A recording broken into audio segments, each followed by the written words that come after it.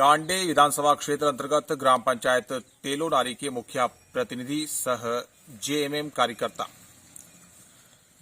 हमारे साथ जुड़ रहे हैं। इनसे बात करेंगे और इनकी प्रतिक्रिया लेंगे। हाल ही में संपन्न हुए विधानसभा चुनाव में कल्पना सोरेन की जीत और मुनिया देवी की हार को आप ये किस तरह से देख रहे हैं?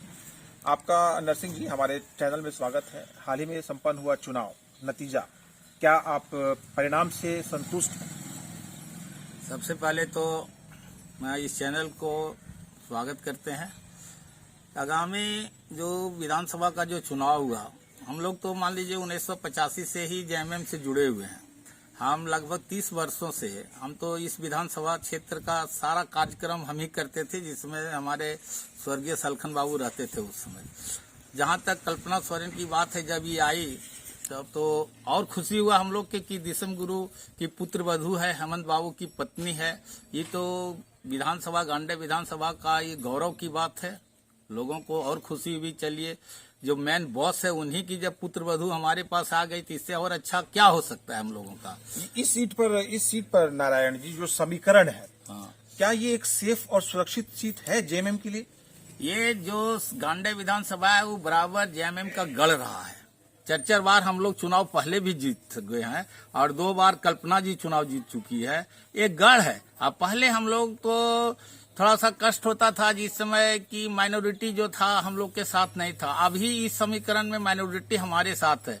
अब तो मैं ये जरूर कहना चाहूंगा कि गांडे विधानसभा में बीजेपी कभी नहीं सकेगा यहाँ पे, जब तक ये समीकरण हम लोगों का रहेगा माइनॉरिटी के साथ। हम लोग ऐसे भी आदिवासी हो चाहे माइनॉरिटी हो, प्लस जो कैडर है यहाँ जेएमएम का घर घर में कैडर है।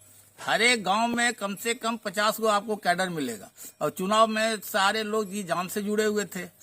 कोई सोचने की ही बात ही नहीं है कि कभी जिंदगी में अगर ये विधानसभा रहा, ये विधानसभा में कभी बीजेपी जीत पाएगी, ये संभव नहीं है। वर्तमान जो परिस्थितियां हैं, वर्तमान जो हालात हैं, ऐसे हालात में बीजेपी का यहां से जीत पाना कठिन है। हालांकि टक्कर जो है बहुत जोरदार नहीं, टक्कर नहीं है, टक्कर नहीं था। ये हम लोग शुरू से ही जान रहे थे कि मुफस्सिल से 1-2 हजार से वो बढ़ेगी, लेकिन बेंगाबाद में हम लोग एडजस्ट करके ही 2-4 हजार से बढ़ जाते हैं। और गांडे में तो काफी संख्या में है हमारे आदिवासी और अल्पसंख्यक बंधु, तो वहाँ तो किसी भी सूरत पर मतलब उसको पटकनियां खाना ही है।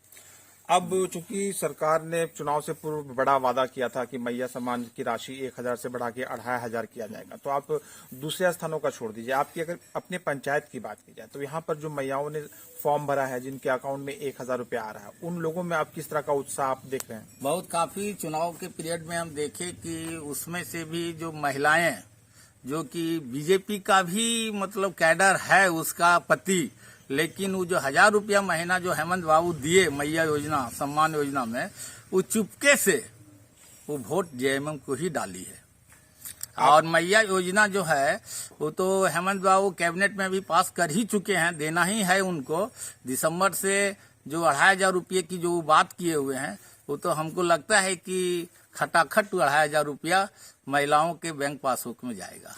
चुनाव के दौरान अगर बात की जाए तो किस तरह से यहाँ पर रहा? जो प्रत्याशी थी मुख्य रूप से बीजेपी की मुनिया देवी या फिर जेएमएम की कल्पना सोरेन, उन दोनों का क्या आपके इस क्षेत्र में भ्रमण हुआ था? प्रचार प्रसार के लिए वो लोग यहाँ आए थे? हाँ, कल्पना जी आई थी, हम लाए थे अपने पंचायत का ताराटावा उजाड़ी सब भी उनको घुमाए थे। देखिए, कल्पना जी तो स्टार प्रचारक थी और हमको नहीं लगता है कि कल्पना जी के जैसा झारखंड में कोई कैंडिडेट होगा। वो तो सुपर कैंडिडेट निकली। हेमंत बाबू जब जेल गए तो बीजेपी वाले तो बहुत बड़ी गलती की कि हेमंत बाबू को जेल भेज दिए। अगर हेमंत बाबू जेल नहीं जाते तो शायद कल्पना सोरेन घर से बाहर नहीं निकलती, अपना स्कूल में ही वो रहती। तो कहीं ना कहीं हेमंत सोरेन का जेल जाना हाँ जेएमएम के लिए एक बहुत बड़ा वरदान सिद्ध हुआ। बहुत बड़ा वरदान, बहुत बड़ा वरदान। इससे बड़ा वरदान और कुछ नहीं हो सकता है। अगर आज कल्पना जी घर से बाहर नहीं निकलती तो शायद इतना संख्या में सीट नहीं मिलता उनको। ये जो भी सीट मिला है वो कल्पना का ही देन है। अब पंचायतों का जो विकास प्रभावित था लंबे समय से, आपने देखा कि चुनाव से ठीक पूर्व जो है कई विंग्स स्ट्राइक पर चले गए थे, फिर वापस वो लोग चुनाव से पहले आए। जो काम मंद गति से पड़ा हुआ है, पंचायतों का विकास जो अवरुद्ध है लंबे समय से, क्या आप लगता है आपको शपथ ग्रहण 28 को होना है? शपथ ग्रहण के बाद सरकार का जो दूसरा कार्यकाल शुरू होगा, उसके बाद क्या आपको लगता है कि पंचायत में जो विकास पूर्व की भांति हुआ करता था वो होगा? वो तो डिपेंड करता है। हम लोग तो चाहते हैं कि पंचायत का माने गति, विकास की गति को बढ़े। अब ये हेमंत बाबू के ही ऊपर निर्भर करता है। जैसे हम लोग मुखिया लोग चाह रहे थे, जैसे मनरेगा का जो पैसा है, जो दिल्ली से पैसा आता है, वो पैसा में कहीं तो हमको लगता है झारखंड सरकार को धोखा तो नहीं हो जाए, पैसा कमी नहीं कर दे मोदी जी। और 15वीं वित्त की जो राशि है, वो भी राशि में हमको लगता है कि कमी ना हो जाए। जैसे प्रधानमंत्री ये थी आवास। क्या आपको केंद्र के द्वारा राज्य सरकार से भेदभाव और पक्षपात करने की आशंका है? हाँ, 100% है कि आशंका है। केंद्र सरकार भेदभाव करेगा झारखंड सरकार के और ऊपर। यदि ऐसा हुआ तो फिर जो विकास है वो प्रभावित होगा। हाँ, उससे तो विकास प्रभावित होना चाहिए। लेकिन हेमंत बाबू को अपने स्टेट पर तो इनको सोचना पड़ेगा कि अपना स्टेट में, झारखंड राज्य में डेवलपमेंट कैसे करें। ये तो उनको सोचना है, क्योंकि आदमी जो भी हमारे झारखंड राज्य के जो लोग हैं, हेमंत बाबू के ऊपर बहुत विश्वास किए, तब ना इतनी बड़ी सीट दिए हैं उनको। कभी हमको लगता है